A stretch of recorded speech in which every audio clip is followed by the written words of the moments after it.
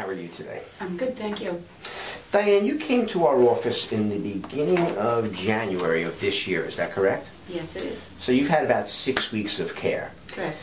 Diane, you came to the office for fibromyalgia, is that correct? Yes. How'd you find out about us? I happened to come across you on online. I came across your webpage. Excellent. So when you came in, we did a detailed case history to try and understand, what's troubling you. And how long have you had fibromyalgia? About 15 years. About 15 years. Yeah. Okay. Now, what we also noticed during the examination is that you had other autoimmune conditions, Lichen Planus and Sjogren's to be specific. Is that correct? That's right. Okay.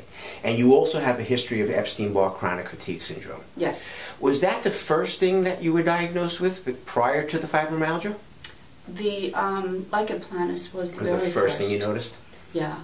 And then after that came the Sjogren's, and then the Ebstein-Barr, and then the Lichen Planus, the fibromyalgia started to give me problems. So you have multiple diagnoses from your medical doctors. What did we tell you in the beginning? Do you recall? You told me a lot of things.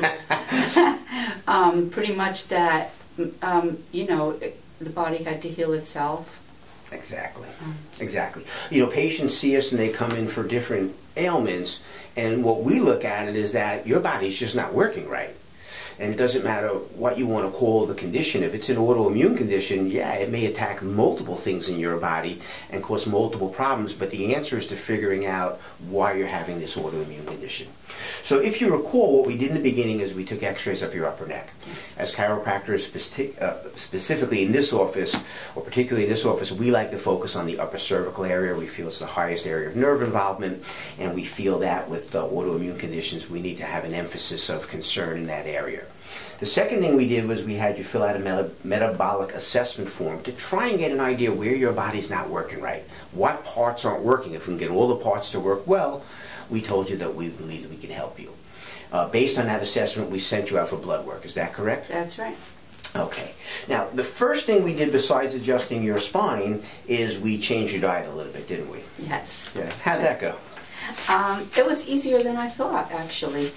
I enjoyed just, eating the way you told me to eat. It was a little difficult at times to cut out a lot of the carbs because I'm a carb freak. Yeah, most of our patients are. Yeah, but it wasn't so bad. I got used to it. And do you feel like now that you're eating and you're satiated and, you're okay with that? Yeah, I am. Are you eating more food now or less? I'm probably eating more. Isn't that great, isn't it?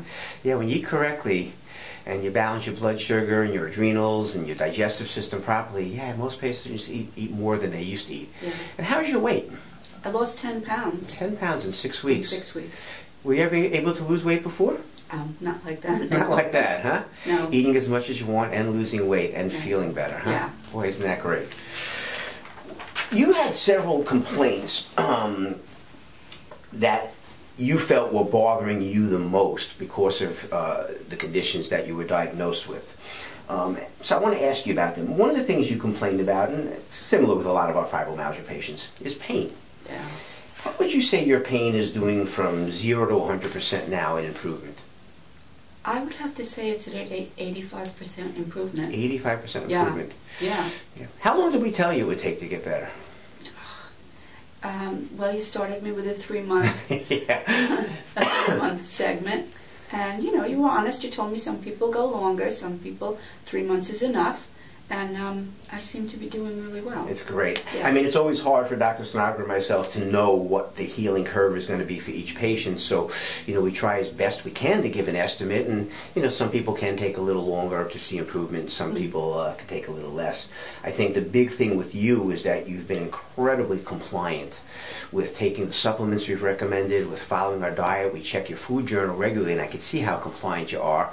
You're not missing appointments. You're getting regular chiropractic adjustments, and I think a lot of the credit really goes to you. A lot of people are very resistant to change and doing something different and really jumping in, and your willingness to do so made our job easier. Well, my willingness to do so took pain away. Yeah, pain can be an incredible motivator. Yeah. Now, besides pain, you also had tremendous fatigue, is that correct? Yes, I did. And how is the fatigue now? Oh, much better. I was falling asleep all the time. Yeah. And I couldn't make it through a day, and now I'm fine. I get through a day really well. Yeah. And you also had complaints with balance. Yes. And how's that doing? Doing great. I can go up and down stairs without holding on. Yeah, the balance seems to come from patients having what are called cerebellar problems, which is right at that brainstem area, and between inflammation in the body affecting the brain's ability to function normally and those upper cervical subluxations. When we start to change that, balance is certainly something that you don't have to live with, as you're finding out. Yeah. Now, you also had problems with Lichen Planus, which for folks who don't know what that is, it's an autoimmune condition which generally causes a lot of problem in the mouth. How are you doing with that? Doing great. I mean, it was so bad that even toothpaste burned so badly that it was horrendous for me every morning just to brush my teeth. And now, I mean, I can eat salsa. I can do anything. It doesn't bother me. I don't feel it. Yeah. Have you been back to your medical doctor since we've been taking care of you? I have not, no. Yeah. Now, prior to coming here, what were they trying to do to help you? They were giving me anti-inflammatories, which I wasn't thrilled about. It took me a very long time to even submit to that because I'm not a fond lover of anything that's going to hurt some other part of my body. And, right. And I know they were hurting my liver and compromising my heart. Put me on an aspirin supplement because of the heart threat. And yeah, so that and antidepressants to help me sleep. Yeah. And how did that work out for you? It wasn't working at all. Didn't work out. No. Are you still taking any of these medications? No, I'm not. No. And how are you doing with the depression and sleep now? Well, I feel wonderful. What's to be depressed about? Yeah, when you feel better, it's really helpful. I feel human again. Yeah, that's just wonderful. If someone was suffering from an autoimmune condition, whether it be something that you have or something different, what would you tell them in regards to coming to our office? I tell them to definitely come. I'm only sorry it took me so long to find you, but I would definitely tell people this is the way to go. Right. And how do you feel I guess on a personal level, your experience in the office, how does the staff treat you? Everybody is so friendly and so warm, and you can feel the camaraderie between all of the people that work here, and it's just nice to be here. Yeah.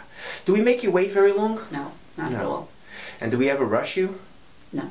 No, we spend plenty of time with you, whatever's needed, don't we? Yeah, definitely. Yeah, I think that's, we see that with patients, that their biggest complaint is they just don't spend enough time with their doctor, one, to tell them what's wrong, and two, to maybe get some information that would be helpful. Yeah. And that's what Dr. Sinagra and myself try and focus on is, what does this patient need? And, I think the fact that there's two of us helps us a lot, that, one could be seeing other patients while one could spend time with someone, who may need a little extra time. But I think we see ourselves kind of as a coach, that not only do we have to give the chiropractic adjustments and the proper supplements and diets, but we have to coach our patients to make sure that they're following the program and we're giving them the right support, because sometimes it's hard to get that elsewhere, because who has the time and the knowledge? So we do see that as a major asset to our approach and being helpful to our patients. So yeah. I'm glad you feel happy about being here. I do. Diane, thank you so much for sharing today. We really appreciate it. Thank you for everything you've done. You're very, very welcome.